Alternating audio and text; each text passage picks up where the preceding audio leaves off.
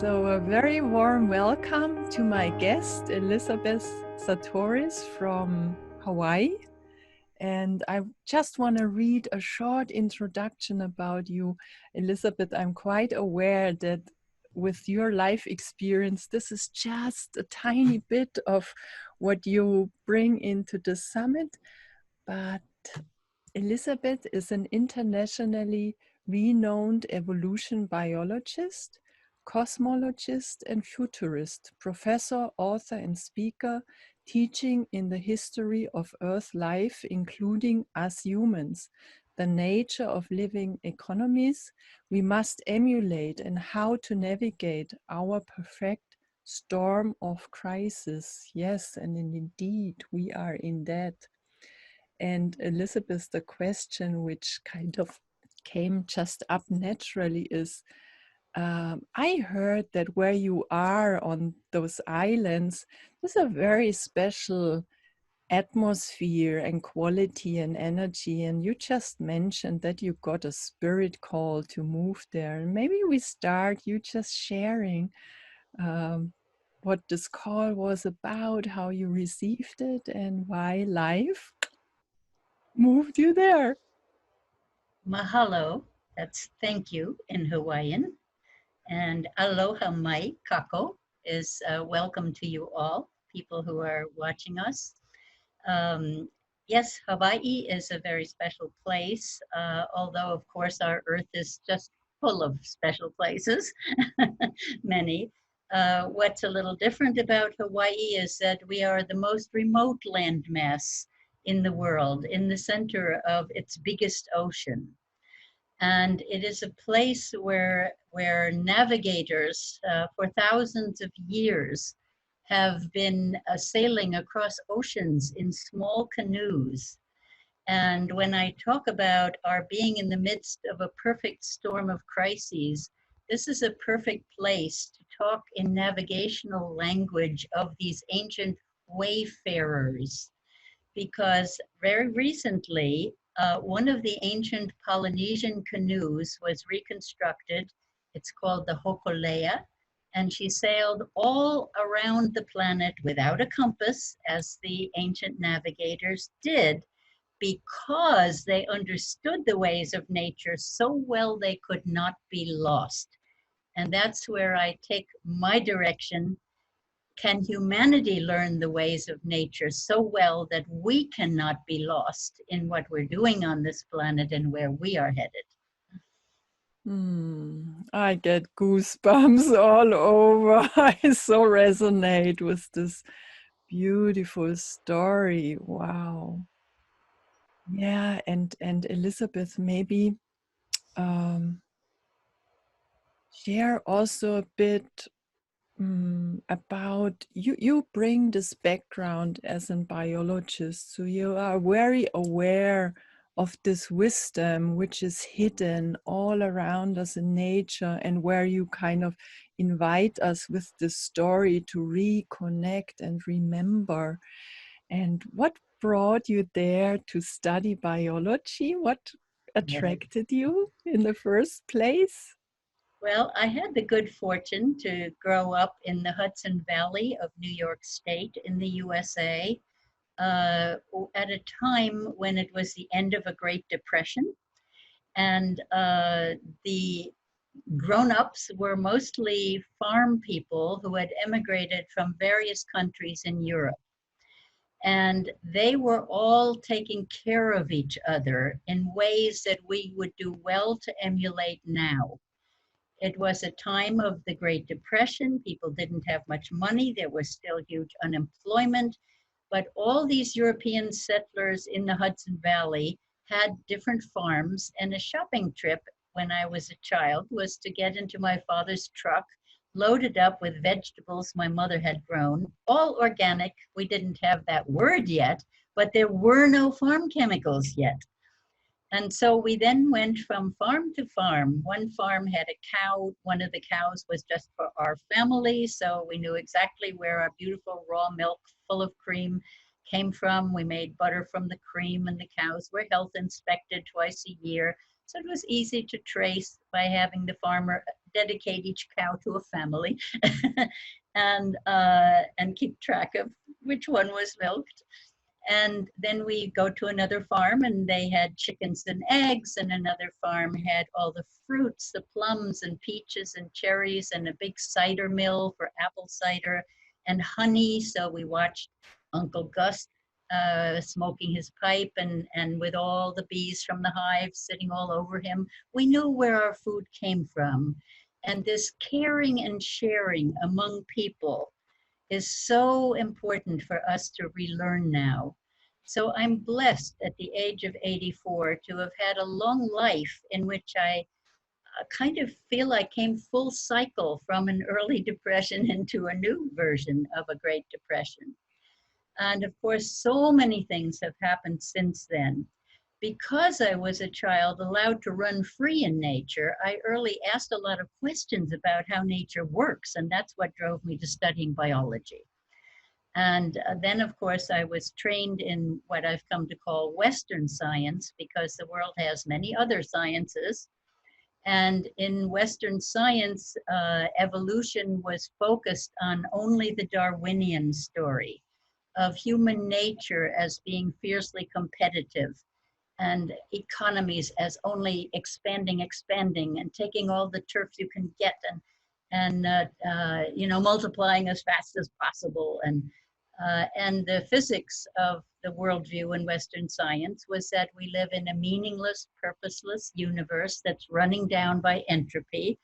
In a way, it's the bleakest worldview story that humans have ever thought of because it had no meaning and purpose and it was all running down. So it was natural for people to think in terms of what can you get while we're still here? It gave us our consumer society coming directly from that kind of a worldview. And so I had to rethink everything that I was taught as an evolution biologist. In fact, I gave up on science at one point in the 1970s, and my children were grown. At the end of the 70s, I moved to a Greek island. And I decided I was going there just to write a novel to explain the human condition to myself. And I only intended to stay for a short while, but I settled in and was there for 13 years and realized I still wanted to tell the story of evolution as a scientist and was now freed to do it in my own way. And I wrote to many other leading edge scientists around the world who all very happily sent me books and papers that I could never have found in a library, even if I had access to one. Certainly not in a Greek one.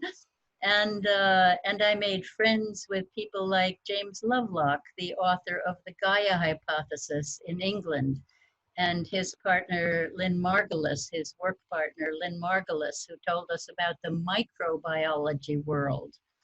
And so I was invited to England to Gaia conferences in the 1980s. And Jim Lovelock came to visit me on my little tiny island in Greece. So I just recaptured my interest in science completely, but wanted to bring it into this modern world in a new way. I had also done a lot of reading in the esoteric world after I kind of quit science temporarily and had learned more about spiritual worldviews and thought very hard about how to integrate them. So that's been a major part of my work too. Mm-hmm. Yeah, this was kind of always in the air. I tasted it. I mean, I really sense your love for nature. That's so there. But I also sense that there is some kind of a, let's say, I sit with a woman. She has a capacity. She expanded also beyond and out of this existential world. So I sense that also here. And I'm also a bit interested in, was it you reading that and noticing something inside? Did you also practice meditation? How did you kind of combine these worldviews, and how did it land in you, and how could you kind of really integrate it and move with this? Yeah, then it's not two perspective, it becomes Yeah. basically one. Can you Yes. share a bit about that journey? Yes, I never, during those years in Greece, I did not have a meditation practice yet, but I had a fishing kaiki, and being out on the water for days at a time, especially at night, when there were no lights in view out on the sea, and all I could see was the stars in the sky and in the Black Sea, no horizon showing. So it was like being in one big black world. There, if I stirred the water a little bit with a grappling hook or something, the bioluminescent plankton would look exactly like the stars above me. And so I thought about how I really am between the macrocosm and the microcosm. And it was, in retrospect, it was a very spiritual recognition of humanity being half, and later this was confirmed to me by physics and measurements, that we humans really are halfway between the largest things we know and the smallest things we know through our microscopes and through our telescopes. So it was a kind of intuition, but it was a correct one. And and it took me days at sea to wash out all the babble in my mind and be open to receiving. So it was a kind of natural meditation that came upon me, took me over. And in my explorations, when I decided I didn't want to just write novels, I wanted to explain science. I wanted to recreate the story of evolution. The Darwinian story turned out to be the youthful phase of species all through evolution. That aggressive, expansive, competitive mode is a youthful mode for species when they are establishing themselves and have to do that to reproduce as fast as possible and get territory. But then they have to end up negotiating with others, having wars or setting up peaceful resolutions. And eventually I saw a cycle that moves from this youthful phase into a mature phase, from competition to cooperation. And that was a huge insight for me to see. And then later I learned that in Russia they taught uh, evolution biology through Kropotkin's book Mutual Aid, which was about competition, cooperation. And I said, wow, you know, the both sides of what was then called the Iron Curtain between the West, capitalist West, and the communist East, had half of a story.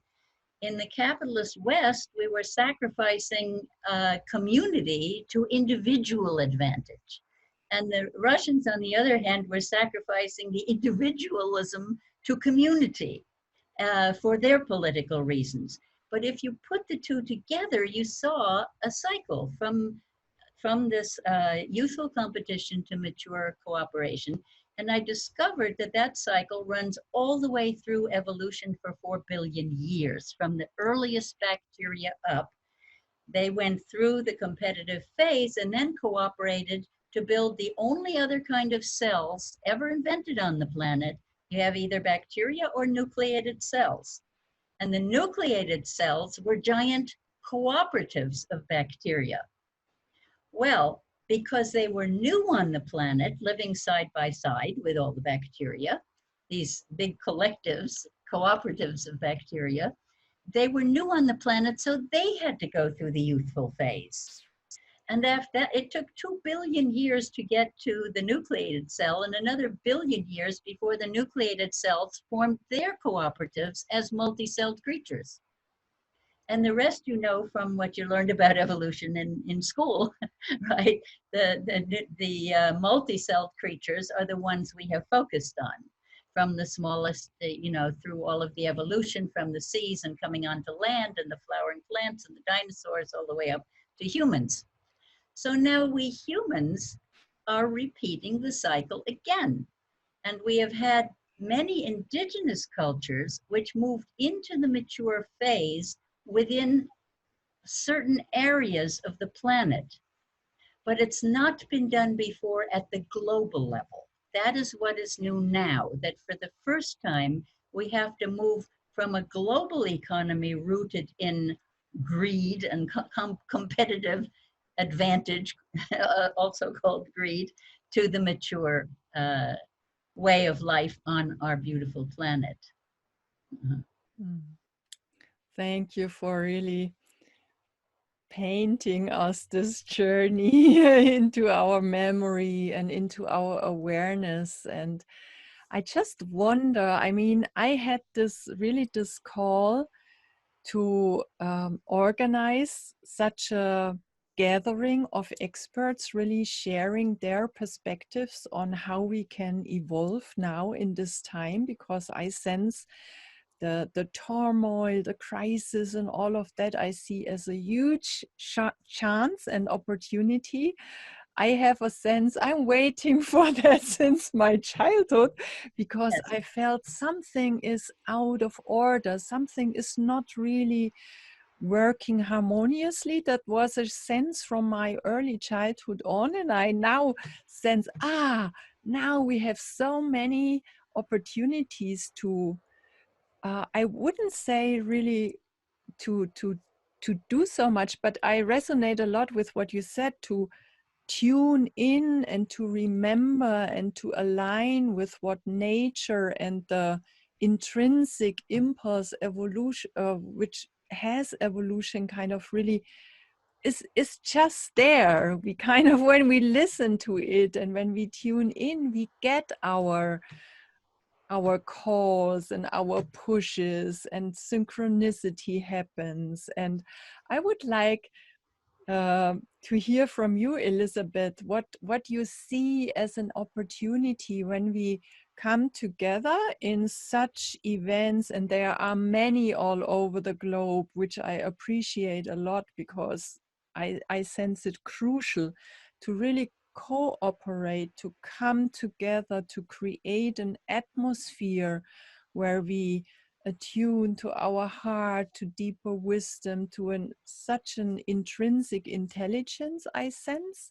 And what is your take on that opportunity? yes. Well, you're absolutely right that crisis is always opportunity. And the ancient Chinese had a symbol for that. They understood it, and other cultures have as well.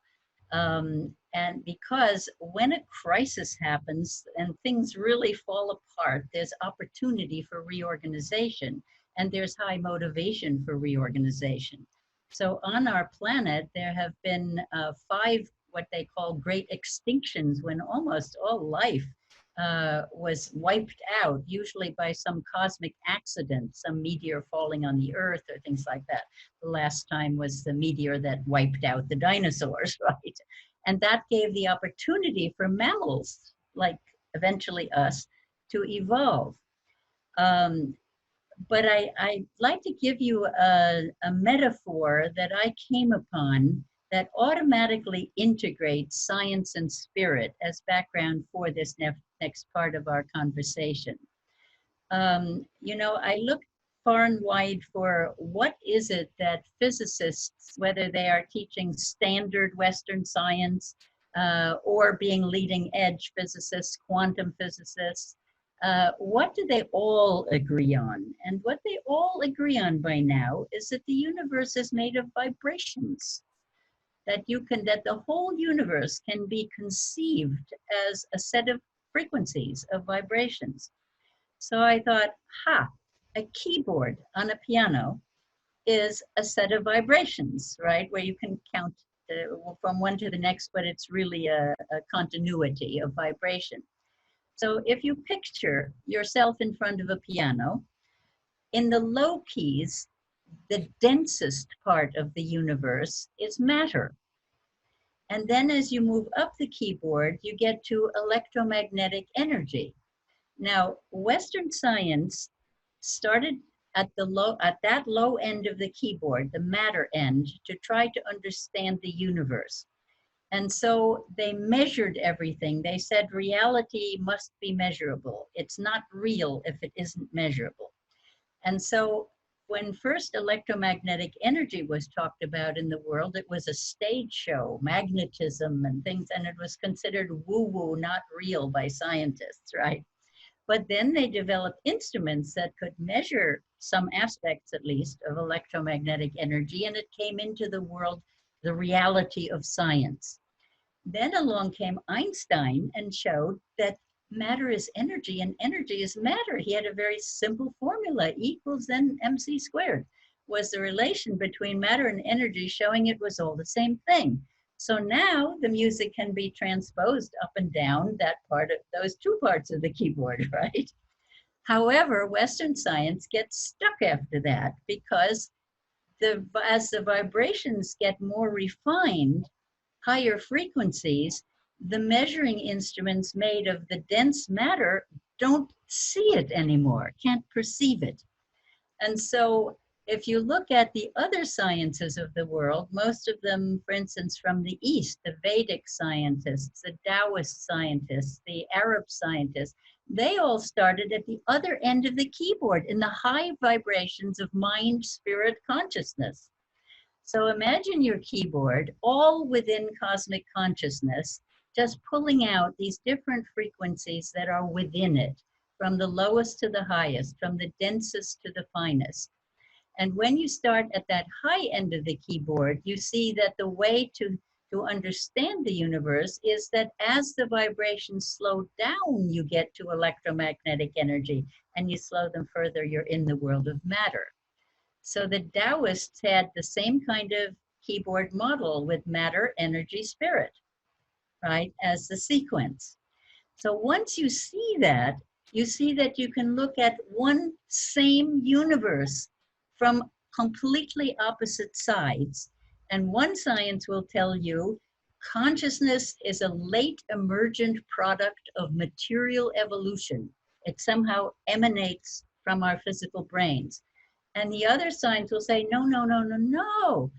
Consciousness gives rise to matter, to the brain, right?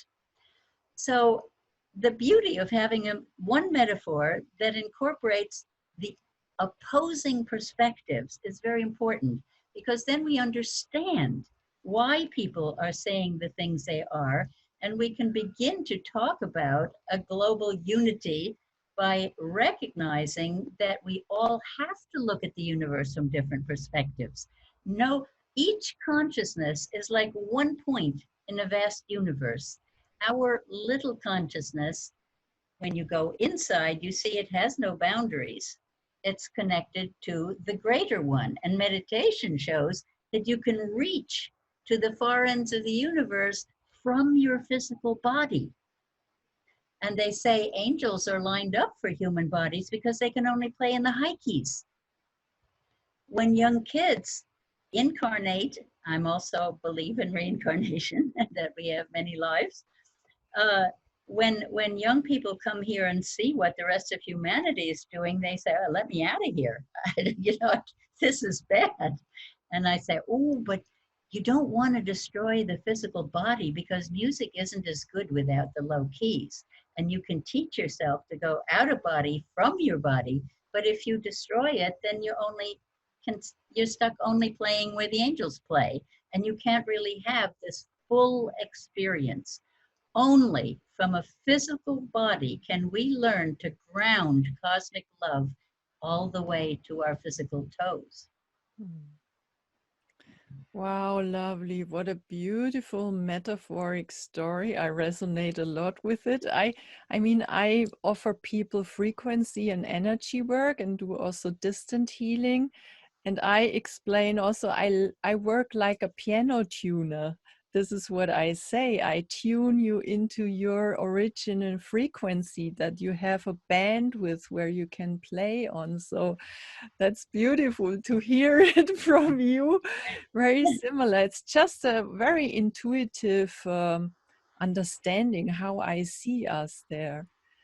Yeah, and this appreciation for this different, the dense and the subtle, and how it really kind of brings that the full and the whole possibilities together if we are really able to go into both directions. I like this perspective very much.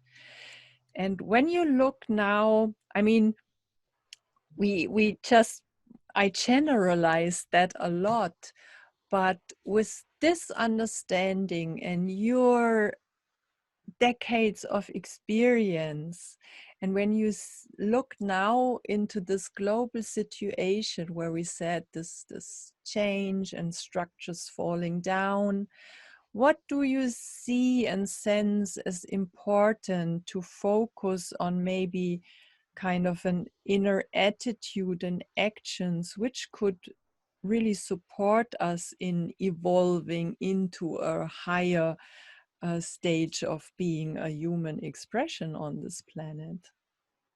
Yes, well, the reason I wanted to set up the keyboard metaphor is because, for instance, if you look at the current situation with this pandemic, you can see when you look at the pandemic from the Western science perspective, from the material end of the keyboard, you see it's a physical virus and we have to understand how it is put together, and we're going to make physical tests, and we have hospitals and respirators and medications and the hunt for vaccines and all of those things. And then moving up a little bit into the vibration keyboard, you see all of the emotions associated with it and the energy field. You have the grief and the fear all wrapped up together.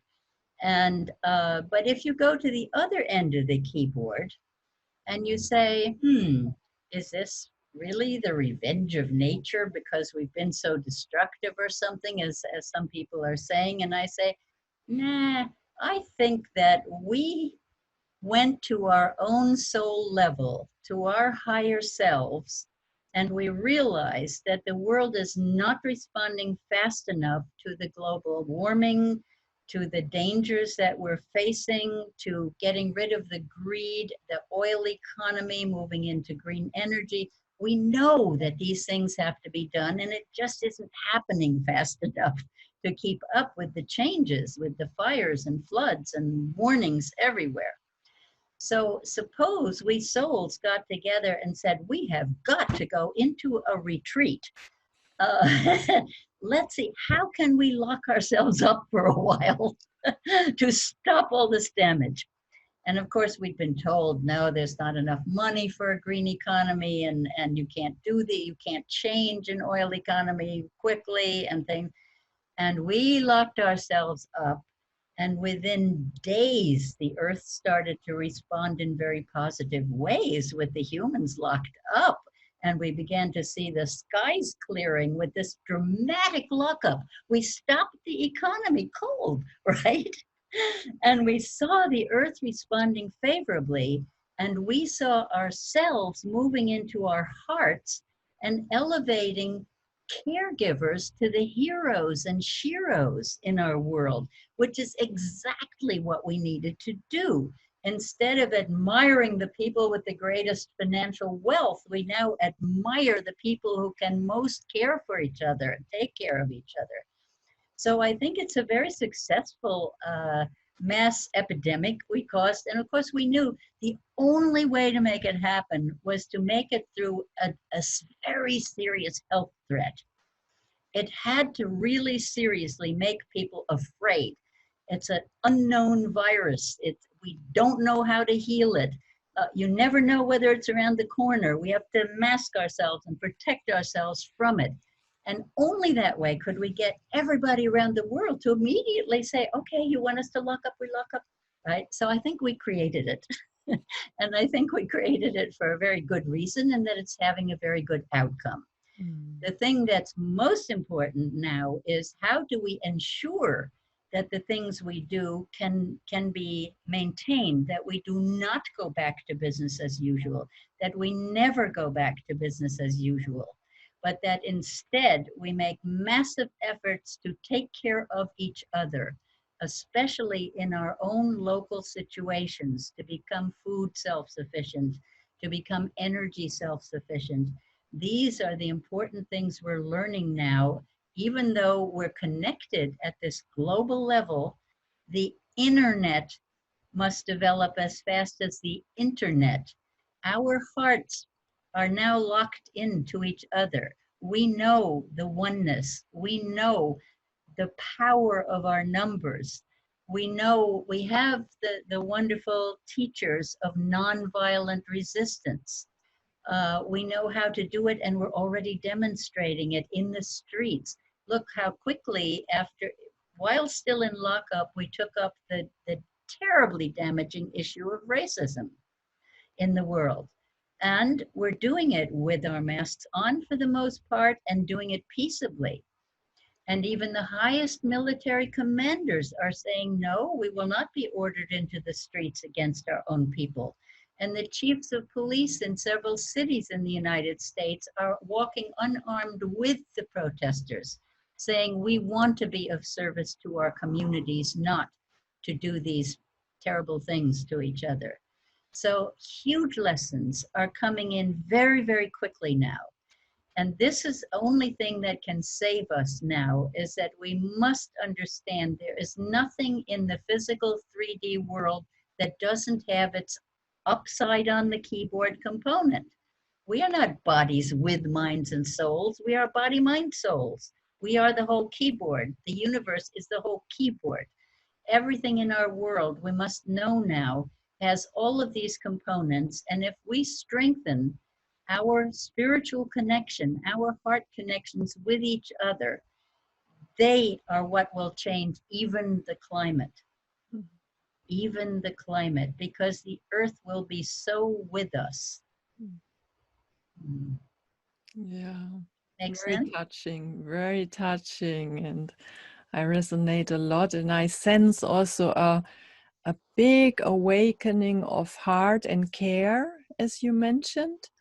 It's so visible, and with all people I share, they notice that, and they say it's incredible. People get so much more vulnerable and open and looking for each other, and really, yeah, with this stop, with this break, having this opportunity to reflect and to check and to, yeah, see what makes sense, how to move and how to operate, and what is really of importance and value in my life. So I also sense, yet there is kind of a huge complexity evolving also, but also a rooting in a simplicity, I would say, where we really notice what is really important and what do we really need. Absolutely. You know, the whole medical profession acknowledges that the best defense against this very real virus is a strong immune system. They all acknowledge that they know that, and yet the whole medical profession is doing nothing to ensure that strong immune system. It's only in the alternative health system that people understand exactly how diet and freedom from too many EMFs and no metals in the body and all kinds of things like that all contribute to strong immune systems. But when we look at our global economy at present, there's a very interesting symbol in the Bayer Company. The Bayer Company was always a pharmaceutical company, right? Making medications, aspirin, everybody knows the Bayer aspirin, right? And many other pharmaceutical medicines. Recently, they merged with and kind of swallowed up the company Monsanto. And Monsanto was poisoning our food supply, is poisoning our food supply, and is no longer called Monsanto because it got such a bad name doing it. Now, its main product, marketed as Roundup, glyphosate is the chemical name, was patented as an antibiotic. Now, the term antibiotic means in Greek anti-life. It's an anti-life agent. And so all of our vegetables and grains fields are sprayed with an antibiotic that is designed to kill all the life of the soil and all kinds of other things associated with the soil, so that the soil becomes nothing more than a holder for the roots of GMO'd plants that are intentionally engineered to resist this poison, and that's what you eat then. The other antibiotics in the world are pumped into the farmed animals, the terrible factory farming. Now, our plants are treated just as badly as our animals. And sometimes I wish that vegans would crusade more for healthy plant life instead of only focusing on the farmed animals. Yes. Because the farming animals is going to disappear very quickly anyway, because these meat industries are realizing now that they can make fake meat in vats much cheaper than running dirty feedlots, right? So I think that will take care of itself. However, do we want to eat Impossible Burgers that are also GMO'd and are fake food, right? Or do we want real healthy food? So if only all of the people who want healthy food, whether they are vegans or whether they are Mediterranean dieters or whether they are paleo diet, carnivores or something, it must fight for healthy food of the kind that was grown when I was a child. You see, it's within one lifetime. We went from a completely healthy food supply to an almost completely unhealthy one. So I love the symbolism of this company, Bayer, who on the one hand is poisoning our food supply and thereby destroying our immune system. And on the other hand, the same company is making the medications that are supposed to heal us from the sicknesses we get when we have an imbalanced immune system. So we know that the best immunity from the virus is a healthy immune system. We know that 80% of people, even when they get the virus, don't get the sickness. This is the first time a sickness has been diagnosed in people who show no symptoms. You know, can you imagine diagnosing measles in someone who has no spots and or whooping cough in someone who has no cough? And we have to realize to what extent this is an opportunity for these big pharmaceutical companies who are involved in both the food supply and the medications. We must end that system. In truth, if you look at the amount of money that these companies pay out against lawsuits, they are the biggest criminals on the planet at this point. And we must not tolerate this any longer. We want to conquer our diseases, and we can only do so by making ourselves so healthy that we don't get them. To make genocidal war on the microworld, on bacteria and viruses, is an insanity. We cannot live without that microworld. Our gut bacteria run our immune system. Their method of communication is through viruses. Our DNA already has COVID viruses built into it. Viruses are not the enemy. They only cause problems when the body is out of balance one way or another. So we must love and honor that whole microworld of bacteria and viruses and make friends with them and keep ourselves in the kind of balance that they're trying to teach us about. Wow, I really like your clear statement in that. I so resonate with it. Some Thank things you. don't deserve to survive in our world. Yes, yes, absolutely. And I mean, it really, I always have really, it makes me kind of really sad when I see that we poison plants and land and also water. And I always have this feeling when our waters will be clear and clean, this will be a turning where it shows that really something shifted in our minds and our hearts. And I'm looking forward to that people really realize that. And then there is always kind of this two-side approaches. So I see as individuals really this possibility and also responsibility to choose, what do I buy, what do I support with my purchase. And then I also hear often people say, yes, but organic food is so expensive. And yes, it's right. When you look at it just briefly, often the price tag, the price label is higher than when you go into a supermarket. But I'm always a bit worried that not the real costs are really reflected in these prices, because if you would put the poisoning of the water and the land and the bad health into this price tags, the Exactly. food, the poisoned food would need to cost 10 times more. So I'm really also looking forward that in the structure of economy and the laws, this is also reflected, and that all of this caretaking from farmers and from companies kind of could be reflected in more support, and that the price difference, in my sense, really needs to shift. It's not correct. You're absolutely right.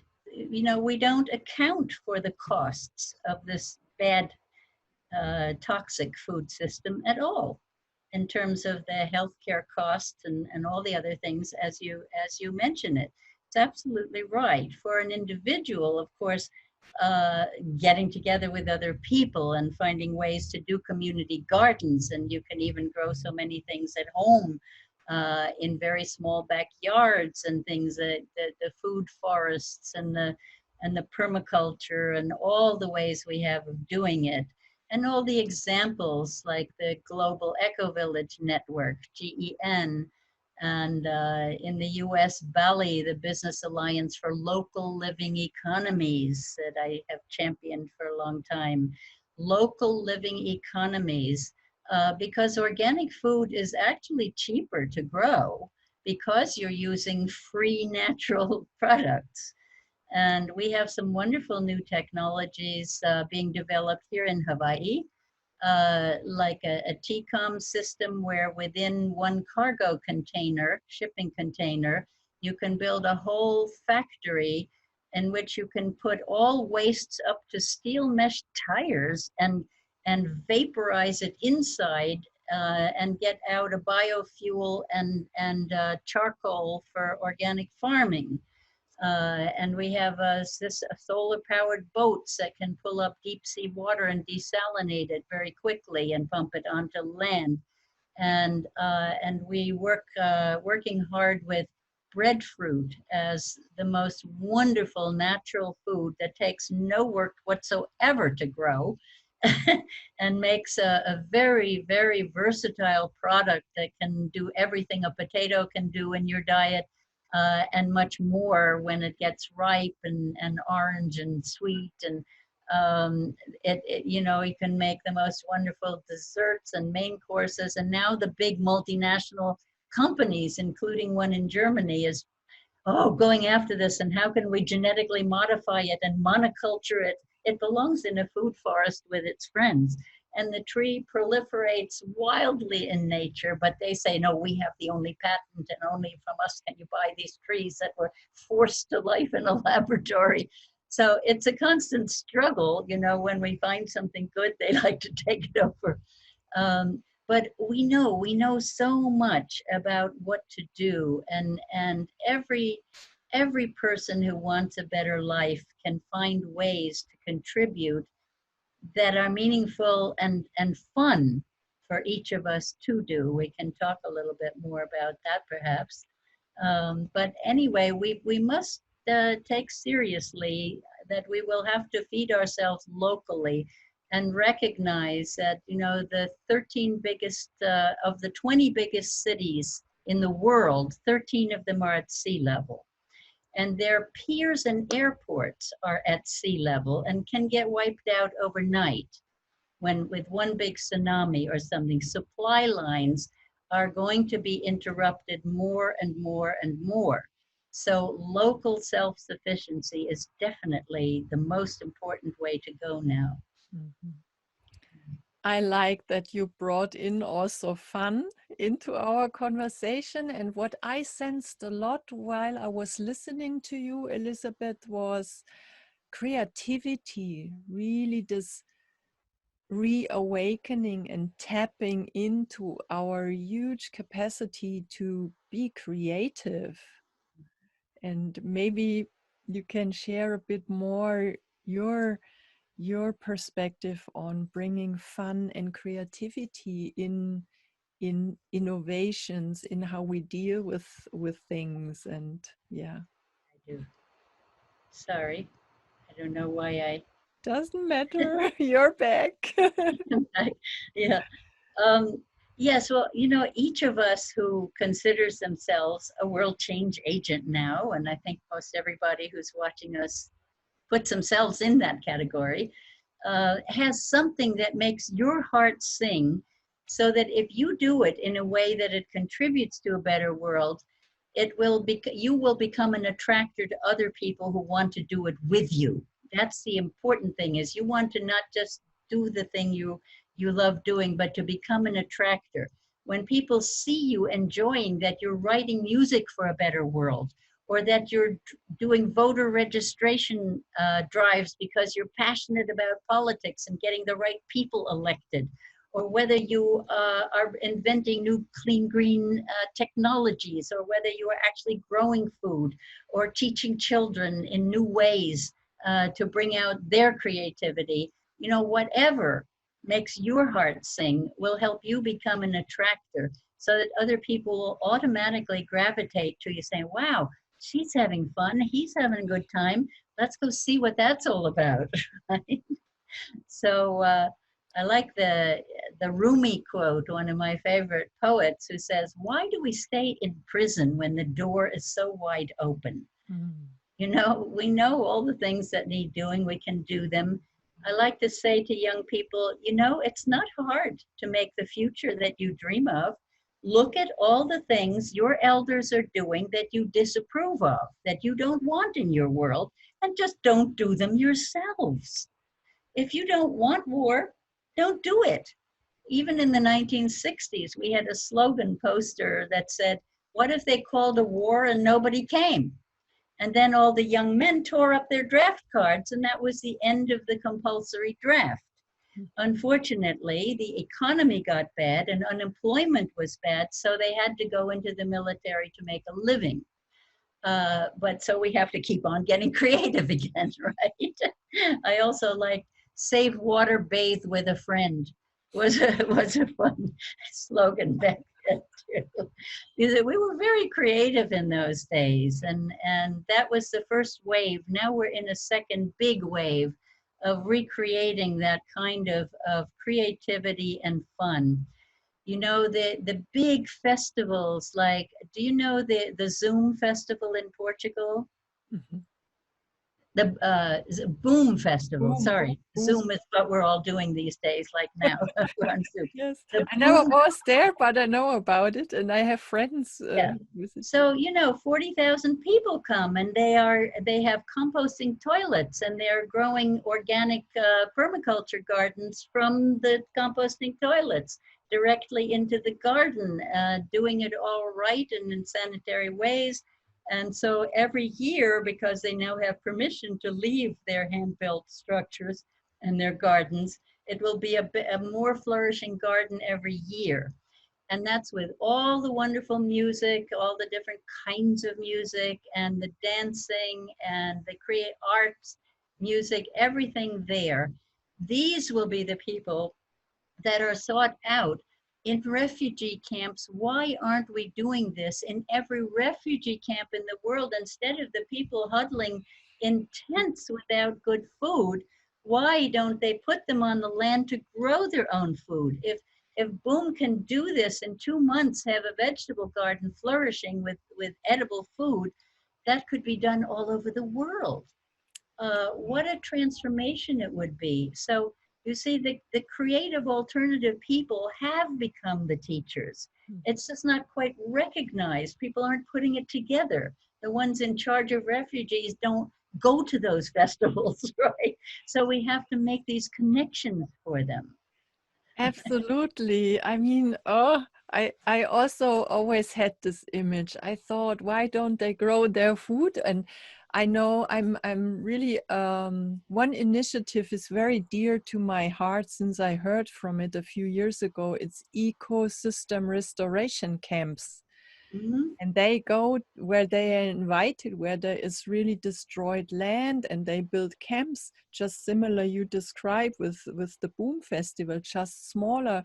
And they help the people. They teach them how to grow their food, and rivers come back, water comes back, living in a community and bringing new ways and how to be socially together, how to support us in shifting out of habits, how to support us in healing our woundings from the past, and really find ways of also kind of reorganizing our work day and our social interactions and our relationships. So I always have this sense, this ecosystem restoration camps, they could also go be merged with refugee camps or other yeah, other things basically. So yeah, I love you bringing this into our awareness again. Yeah, there's a wonderful community in South America called Gaviotas, which means seagulls, where they just took destroyed land and turned it back into eco food forests and buildings and everything. And here in Hawaii, I dream of green schools like in Bali with this beautiful bamboo architecture. We can grow hemp for food. We can grow bamboo for housing. We can grow the breadfruit and all the other wonderful foods in a climate where there are 3 growing systems a year. And instead, I lived in Spain on Mallorca before I moved across the planet to this other island. And both of these islands, Majorca and the Hawaiian Islands, were almost entirely food and energy self-sufficient in the past with windmills and organic food and things. And now we're over 90% importing food. It's crazy to do that. It's so wasteful to do that. And we don't have to rely only on the few native foods that were staples here. We can grow most anything that you grow anywhere else. We can grow coffee and chocolate and tea and raspberries and whatever. Yeah, or also realize that something we would call wheat is eatable. You can put it in the salad, you can put it in your smoothie, not just only the things which are offered in shops is good food. Right. Oh, I mean, I learned to harvest my own wild greens on Greek islands. There were 20 varieties of wild greens and mushrooms and things, and they were a little harder to find on Mallorca because it was more developed.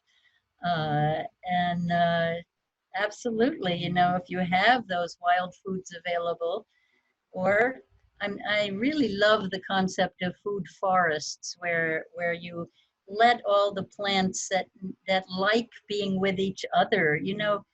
To me, trees are the wisest beings on the planet. And I'm a great fan of Stefano Mancuso, an Italian researcher whose book Brilliant Green shows that a tree has not only our 5 human senses, but at least a dozen more senses than we have. Under the earth, the things that go on in the world of fungi and root hairs and trade, and how trees mother their babies and send them things, and the funguses know what to take from one tree to give to another, and all this wonderfully interwoven system that's so intelligent. And I've had quite a few trees in my life that I've talked to who've actually done me favors, and they react. I haven't talked about the difference between communion and communication, but all nature is in communion, the direct transmission of information. And it's a human birthright to do this too. The closest we come is what we call telepathy. it's really communion. And there are some wonderful books, like another guru of mine, J. Allen Boone, in his book Kinship with All Life, talks about how a man learned from a dog the communion, so that he could have hours of deep philosophical conversation with the dog, not as a man and dog talking to each other, but as the universe talking them to each other. So many indigenous cultures had this ability to use communication, language, and also the direct transmission of communion. And it's coming back with the children now. So many children now in kindergarten, the teachers say they don't have to talk to do group projects. They are in communion with each other. And so reclaiming that will be a big step forward too. I said earlier, the internet is developing as fast as the internet. That's what the internet is. It's our ability to share that way around the planet, so that if the internet goes down, we still will be in communion. Beautiful. Ah, Elisabet, you're So such much a to talk beautiful. You're about. bringing really an elder quality and beautiful story sharing. And I sense really you are transmitting what you are talking about. So I feel really inspired and yeah, and positive, and I sense the joy in all of what you share. And unfortunately, we are coming to the end of our time together. But what I would like you to invite you at the end is kind of really bringing forth your intuition and your ability to communion with the state we are and where we are moving, and maybe sharing what you would see and sense when you look maybe 5 or 10 years ahead from now. What do you envision as a possibility for us as humanity in our evolution now? I think things are moving very, very quickly now, as they must. We have reached such a crisis point that we must move quickly. I started out talking about the Polynesian wayfarers in Hawaii who knew nature's ways so well they couldn't get lost crossing big oceans in tiny canoes. And one sailed around the whole world with its mission of Malama Honua, care for each other and our planet.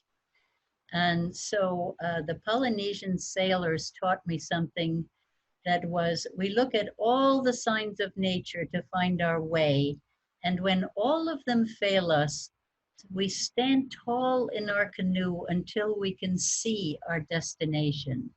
So when you feel like you're at the bottom of a dark well and there's no way out, and this just gotten too bad, you want to throw your hands up in despair, move your consciousness up out of that well and look down and see the whole human situation as a stage on which you are playing, in which you are allowed to choose your role, in which you can see where things are not going well and where they're beginning to flow and you can move them forward. So every one of us can be a positive change agent. And I think that if we recognize how important the high keys are, our spiritual intentions, our spiritual connections, our ability to work together to shift this on those highest levels, then the lower levels, the matter will fall into place.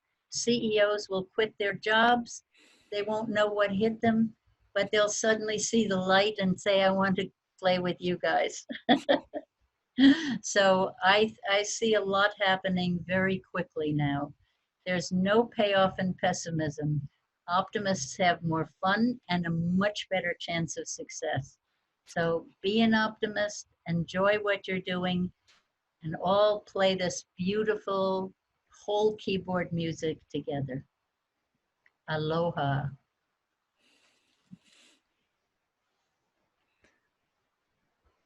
Yeah, my deep gratitude and a big thank you all over this globe to you, Elisabet. It was a pleasure, and I'm delighted to have you in the summit. And I'm totally sure that everyone who is watching this recording will be touched by your wisdom and your words and your, as you said, your optimistic perspective. And yeah, thank you so much, Elisabet. You're very welcome. Mm. I have several books available, as you will find if you Google my name. The most recent one I published is called Gaia's Dance, The Story of Earth and Us, a children's book for grown-ups. And it's the most easily accessible version of my story of evolution and what humans are doing on the planet now, so that it can be shared with kids, and you can read aloud from it and learn about the bacterial world and how humans are evolving at this stage. So that's a good way to get an introduction to my work. Mm.